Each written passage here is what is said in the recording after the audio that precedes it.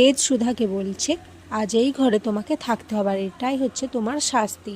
সুধা বলে, সব কি আপনার মন মতো হবে নাকি? আমি এই ঘরে থাকবো না। এদিকে তখনই ইমন দরজা ধাক্কাতে থাকে আর সুধা আর তেজ বলে ডাকতে থাকে। এরপর সুধা বাইরে বেরিয়ে এসে ইমনকে বলে, এ কি তুমি এত রাতে এখানে কি করছো? আমাদের ঘরে আড়ি পেতে কথা শুনছিলে নাকি? ইমন বলে, না, আমার তোমাদের কথা শোনার বিন্দুমাত্র ইচ্ছে নেই।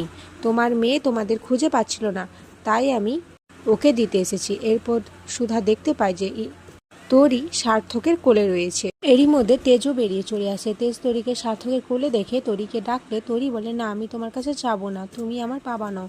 এটা শুনে সার্থক বলে, কি রে তেজ, তুই তোর বাবা নস, ও সেটা নিজেই স্বীকার করেছে, তাহলে তো এই সম্পত্তির মালিক ও নয়। তেজ বলে, আসলে তরি, আমি তোমার সঙ্গে মজা করছিলাম, এসো আমার কাছে, আমি তোমাকে গল্প শোনাবো, তোমাকে গল্প বলে ঘুম পাড়িয়ে দেব। এরপর সার্থক তেজকে উল্টোপাল্টা কথা বলতে থাকে। তখনই তরি সার্থককে বলে, আঙ্কেল, তুমি আমার বাবার সাথে এভাবে কথা বলবে না, আমার বাবা খুব ভালো।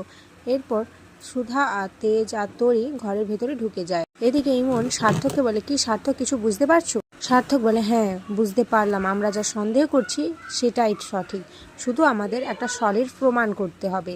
এদিকে ঘরে সুধা আলাদাভাবে সোফায় ঘুমোতে গেলে তরি সুধাকে বলে, কি হলো মামা, তুমি ওখানে কেন ঘুমোচ্ছ? তুমি, আমি, বাবা সবাই একসাথে ঘুমাবো, তুমি প্লিজ এখানে আসো না। সুধা না বলে। এরপর তরি তেজের কাছে গিয়ে বললে তেজ সুধাকে বিছানাতে ঘুমোতে বলে। এরপর সুধা কোনো কিছু কথা না শুনতে চাইলে তেজ সুধার কাছে এসে সুধাকে জোর করে বিছানাতে নিয়ে যেতে চায়, কিন্তু সুধা তো কিছুতেই যেতে চায় না। এরপর সুধার আঘাত লেগে যায়। এরপর তেজ দেখতে পায় যে ও যখন সুধাকে জোর করে উপর থেকে টানতে টানতে নিচে নিয়ে গেছিল, তখনই সুধার হাতে ওই আঘাতটা লেগেছিল। তেজের এটা দেখে খুব খারাপ লাগে। তেজ মলম আনতে যায় সুধার ওই আঘাতপ্রাপ্ত স্থানে লাগিয়ে দেবে বলে, কিন্তু সুধা তো কিছুতেই লাগাতে চায় না। তরি বলে, মামাম, তোমার এভাবে লাগলো কিভাবে? সুধা বলে, আসলে আমি পড়ে গেছিলাম মা, তাই লেগে গেছে। তরি বলে, তুমি না খুব দুষ্টু হয়ে যাচ্ছ মামাম, এভাবে কেউ ছোটাছুটি করে? দাঁড়াও, আমি তোমার হাতে একটা কিস করে দেই, তাহলে ঠিক হয়ে যাবে। এরপর তরি সুধার হাতে একটা চুমু খায়। এরপর সুধা, তেজ, তরি সবাই মিলে ঘুমোতে যায়। তরি বলে, জানো তো বাবা, এটা আমার অনেক দিনের স্বপ্ন ছিল, আমি, বাবা, মা একসাথে ঘুমাবো। তেজের একটু অবাক লাগে, বলে, স্বপ্ন মানে তোমরা মুম্বাইতে ঘুমাতে না, তোমার বিএফএফ? তখন তরি বলে, না, বিএফএফ তো অন্য ঘরে ঘুমাতো, আর আমি আর মামাম একা ঘুমাতাম।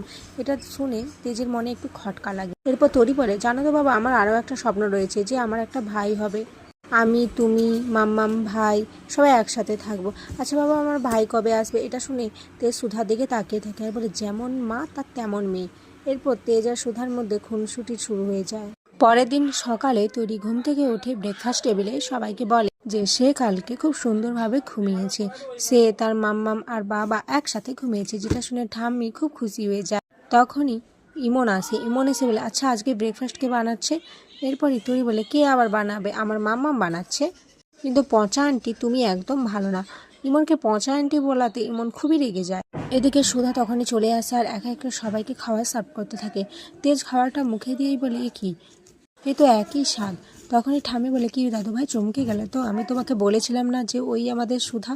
এদিকে তেজ মনে মনে ভাবে, একই রকম দেখতে হয়েছে মানে একই রকম খাবারের স্বাদ, এটা কীভাবে সম্ভব?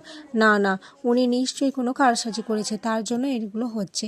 এরপর তেজ অর্ধেক খেয়ে ওখান থেকে উঠে যায়। এরপর তেজ তাদের ফ্যাক্টরিতে এসে পৌঁছলে সব শ্রমিকরা আন্দোলন করতে শুরু করে দেয়। সবাই বলে, তেজ, বসু মল্লিক, হাই হাই। এসব দেখে বসু মল্লিক পরিবারের সবাই অবাক হয়ে যায়। সুধা মনে মনে ভাবে, না, আমাকেই কিছু একটা করতে হবে।